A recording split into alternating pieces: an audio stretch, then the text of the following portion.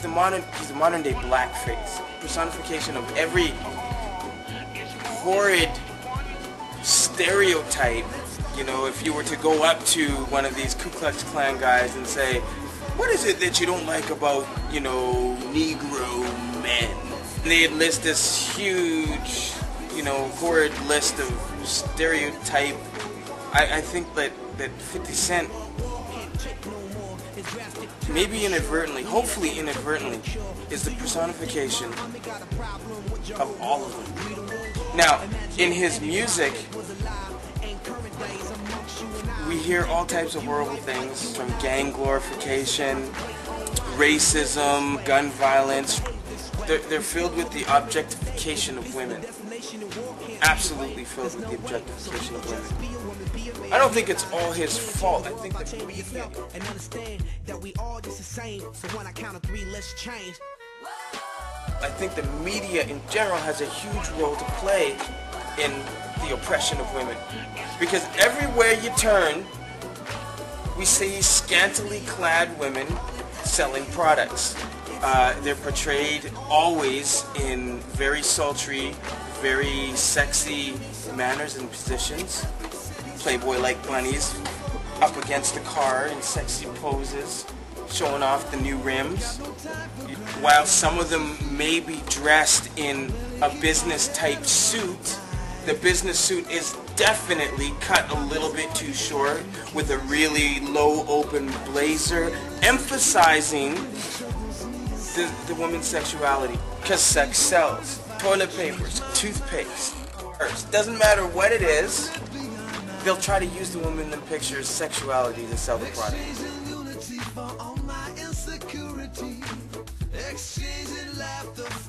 In modern girl power, girl liberation, we're equal, we can do sort of thought and philosophy, it seems that the men have won again. You see, since time began, you know, men being the dogs that we are when left unbridled, when we don't try to control those appetites but merely exist to appease them, we get to a stage in which we want one thing, and that's what she has.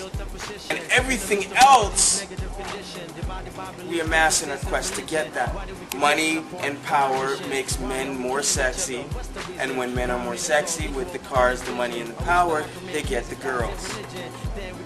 That's what we've wanted for years and years and years. Try and figure out some way to flip them on their backs. We somehow managed to fool some of them into thinking that being liberated means that you abandon the morals that made most women allergic to the concept of being a slut. You abandon those morals and espouse those of the men. Because no man who sleeps around like crazy in the eyes of society is considered the SLUT, but more the stud. The man. Yo, you the man, dog. Dang, she's fine. And what? That's like number 47. Whatever, you know? It's ridiculous. The imbalance here. Into thinking that equality is liberation. And liberation it means sexual liberation, free from the inhibitions that used to strengthen the moral and ethical stances that women often pioneered for fear of bad reputation or whatever else, or maybe just because, you know, they're better than most guys. And to espouse the same sort of moral-free, moral-less, ethical-less stance that, you know, men have been in. Win again. Because the more they espouse that, the quicker and easier they're on their backs. Which is what men wanted in the first place. And yet we've managed to get them to think that that's what they wanted. That was the freedom that they were crying for. That's the freedom and the equality that girl power, that feminism was fighting for.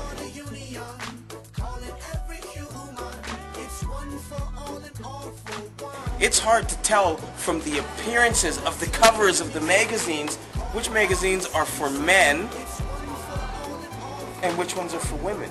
For Him, Stuff, Maxim, and the list goes on and on and on and on.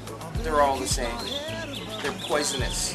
Because the men's magazines have women completely scantily clad, if clad at all. And the women's magazines have the women completely scantily clad, if clad at all, with similar headlines. 15 secrets every woman must know for the bedroom. 10 ways to please your man. It's all about getting the dude. Men's magazines are all about how to score. I don't really see a difference between Maxim and Cosmopolitan if I'm looking at the covers. And that's unfortunate.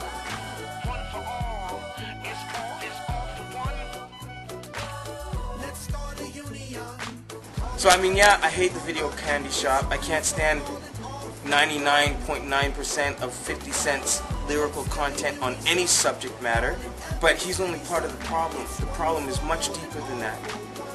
It's in all the media. It's in the Barbie dolls, in the Bratz. It's in the way we depict women in cartoons and the other toys that we raise our little girls on. It's in the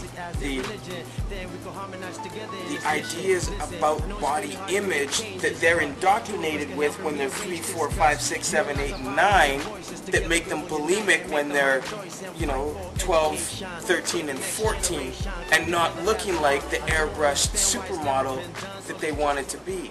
The airbrushed supermodel that society says is how you have to be.